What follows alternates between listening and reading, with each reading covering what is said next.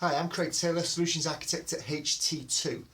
Throughout 2016, I have been building and facilitating a massive open online course, or MOOC. It's lasting the entire year. Each month we look at a new topic, subject, tool, technology, big idea that we here at HT2 think L&D professionals should be keeping an eye on for the future. Sometimes we actually look at tools and methods and approaches that are well established, or they should be well established, but perhaps they're not. So we go back and we prick people's interest and we talk about them. The month of September 2016 has been one of those months. We've been looking at spaced learning, spaced repetition. At the end of each month, I look back over the month and I think about things that have resonated with me. Maybe it's the subject matter itself. Maybe it's the way I've designed it. Maybe it's the way I facilitated it. And I post a reflective video just like I'm doing now. So this video is about September. It's about the spaced learning level. And actually it's about a little bit more than that as well. Let me explain. Throughout the month of September, we've been looking at spaced learning.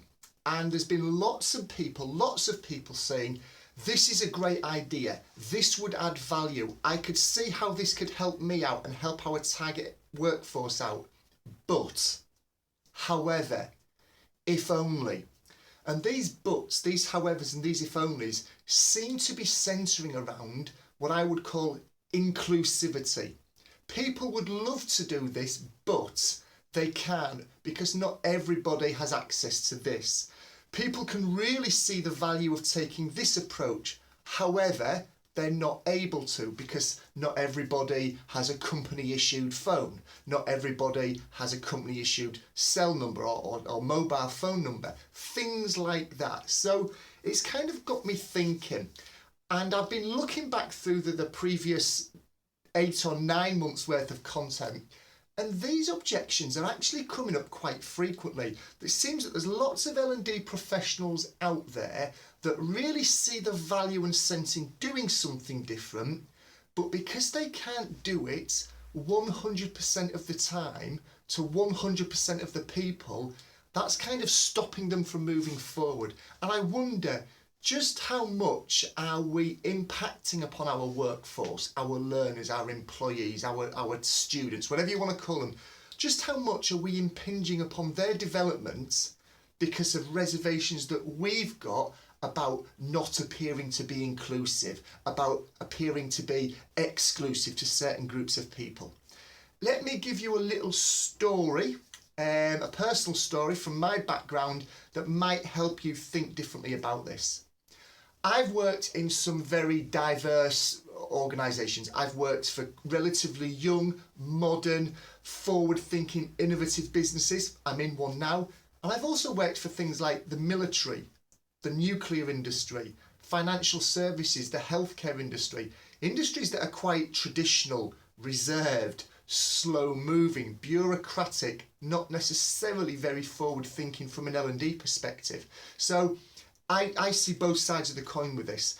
When I worked within a private healthcare insurance provider in the UK, so I was kind of restricted by healthcare considerations and restricted by financial services thinking, I was tasked with rolling out a program to develop salespeople and service support people around a new insurance product. I rolled this program out, and part of this program included spaced repetition, and spaced practice, particularly using SMS messaging, text messaging. Now, nobody in the target audience had a company issued mobile phone. They were relatively junior, they were static workers, they were desk-based people. The business saw no need to issue them mobile phones. So nobody had a company issued mobile phone. What I did was I went out to that audience and I explained what we were doing and why we were doing it and what the benefits were, and encouraged people and invited people to give us their mobile phone number and give us permission to use it to send them these reminders. Brilliant idea. Only about 20% of people came forward and said, there's my number, Craig, I give you permission, looking forward to see how this pans out. Only 20% of people, the minority of people, gave permission. Now, I could have looked at that and thought, well, can it? Because not everybody has given permission. In fact, not even the majority have given permission, only a small percentage. But I didn't can it. We went ahead with it. We rolled out that text messaging, those spaced reminders, to just 20% of the audience. We never went back to people to chase the 80% up. We never prodded and poked and pleaded with the 80%. We didn't do any of that. We just rolled it out to the 20%. And guess what happened? People from the 80% audience started coming to us, started saying, there's my mobile number, I give you permission, yeah, I'd like to get involved in this. That wasn't coming from us. We hadn't pushed and cajoled them.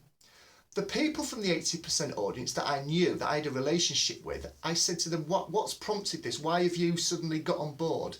And funny old thing, it was the people in the 20% bracket that were talking about it. They were showing people the text messages they were getting. They were explaining how they were using those text messages to get themselves thinking, to revisit some of the facts and figures. Some of these people were salespeople. They didn't want to be disadvantaged over their peers. So these people started coming forward. By the time that phase of the program had ended, we had a shade over, I think it was 52%. It's a shade over 50% of that original audience were now bought into text messaging. So what message am I getting back to with this? Where am I circling with this?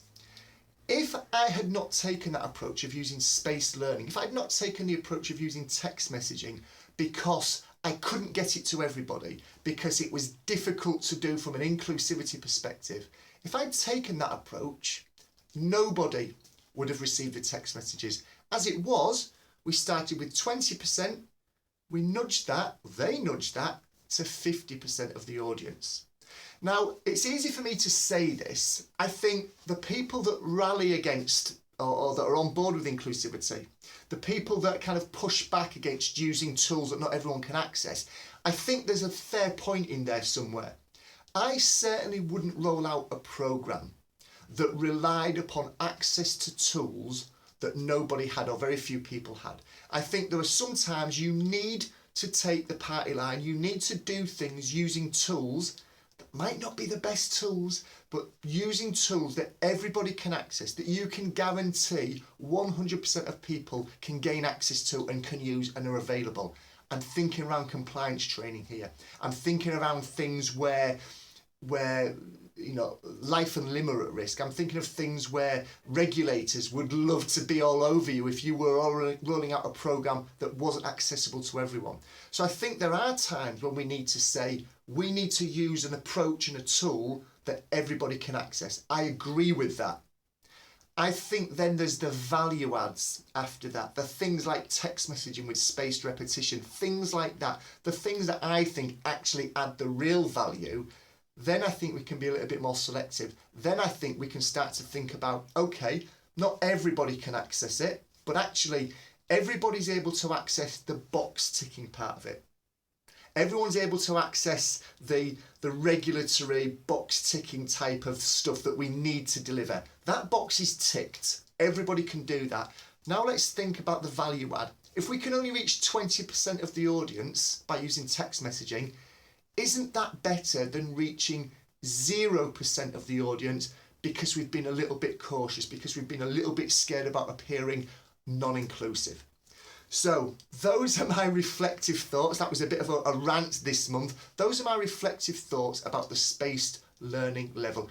And in fact, it extends through all of the levels because so many people have said, brilliant idea, but love this approach. However, my challenge to anybody watching this is really around dare to be different. Who dares wins. Be a bit different. Take some approaches that might not be 100% of everything to all people, but take those leading edge approaches because as I proved, we went from 20% to 50%. Maybe you'll be able to go even further.